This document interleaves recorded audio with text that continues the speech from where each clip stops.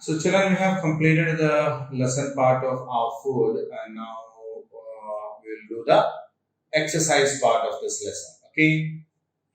So the exercise part of this lesson actually starts with a true or false section, in which we have got the 5 sentences over here, and what we need to do now is to check. We need to read these sentences one by one and check that which of these sentences actually agree with what we have learned in the lesson. Okay. So what we need to do here is we need to read the sentences one by one, check with what we have learned in the lesson, and if this statement agree with what we have learned in the lesson, then we say it as a true statement, and if it doesn't, then we say it as a false statement. Okay. So now the first one, people living near sea coast eat rice and fish. So we have seen that coconut and rice are two major crops in the region, coastal region in the previous lesson, isn't it? Yes. And fish is something that is the people who live in the seacoast area get in abundance, in plenty, right? So obviously, rice is one of the staple food of Indians, and seafood, including fish, is something that they get in a plenty. So obviously, clearly, the people who live in the coastal region do eat rice and fish, right? So the sentence which says the people living near seacoast area eat rice with the fish is a true statement, isn't it? It's a true statement. Yes. Second sentence, Himachal Pradesh is known as the apple state of India. So, when we were dealing with this particular part in the lesson, we have seen that different states have got different fruits. Though some fruits are grown in some other states also, or almost in India. Some states have some specific fruits. In that, Himachal Pradesh has this particular speciality which produces the largest amount of or number of apples in India. Himachal Pradesh is a state which has the largest apple orchards in India, which produces the biggest amount of apples in this country, and it is called as the apple state of India, isn't it? So Himachal Pradesh is known as apple state of India is a true statement. So we will put a tick mark here. Now, Rajasthan is famous for oranges. Rajasthan is famous for some grains, I guess, isn't it? And Nagpur in Madhya Pradesh is actually famous for oranges, isn't it? Yeah, we have read it in the lesson. So that is a false statement because oranges are famous in Nagpur, not in Rajasthan. Spices add taste and flavor to the food is a true statement because we use different spices to add to the taste and the flavor. Flavor means the aroma, the smell, isn't it?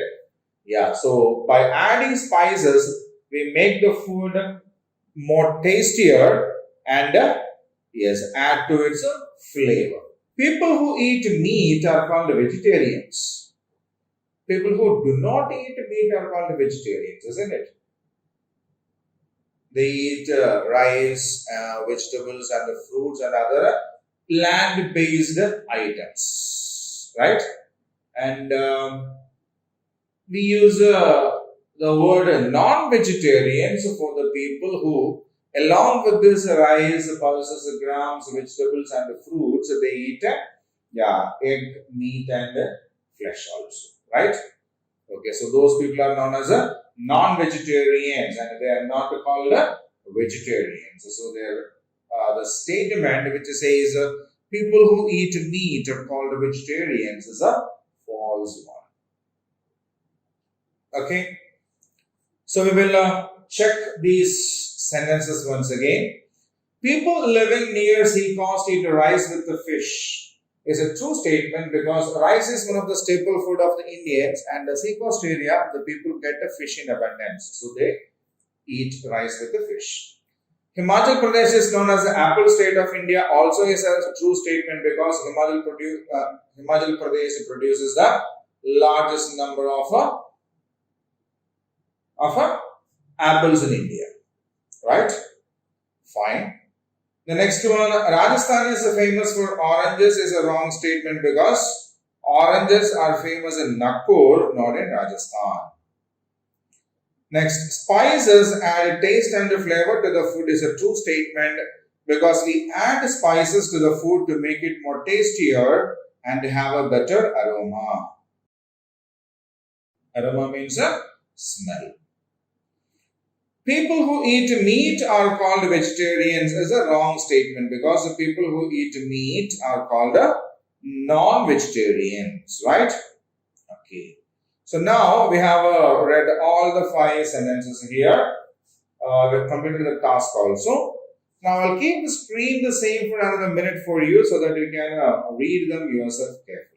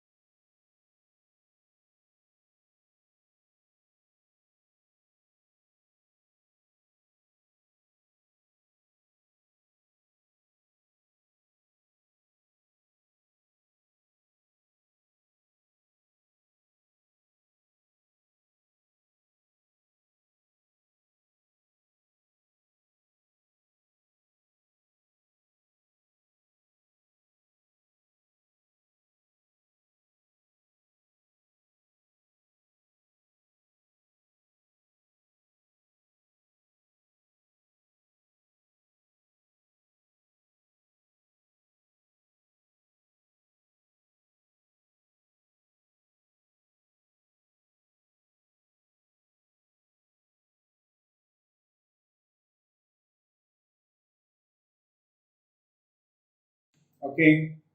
So now we'll move on to the next question.